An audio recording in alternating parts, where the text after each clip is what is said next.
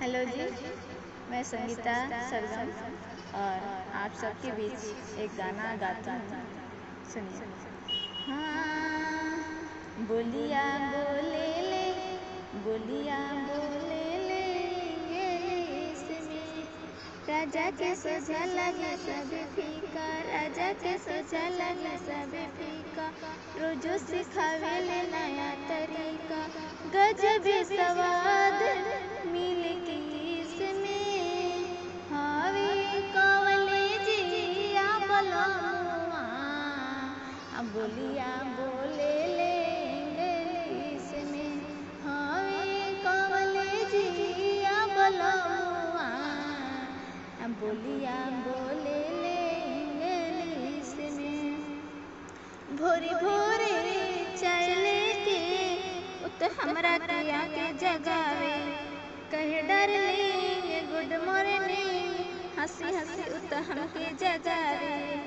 भोरे भोरे चाय लेके उत हमरा किया के जगावे, कहे डार्लिंग गुड मॉर्निंग, हंसी हंसी उत हमके जगावे।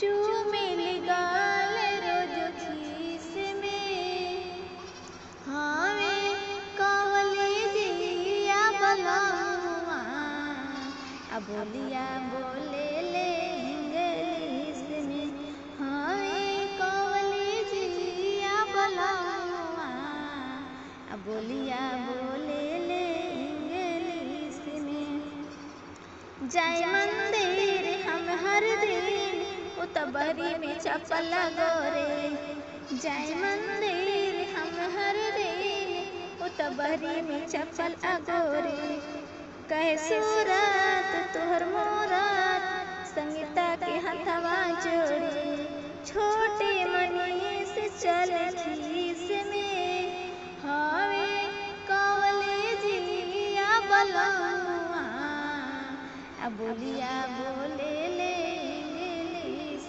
में हावे कॉलेजिया बलमुआ, बोलिया बोले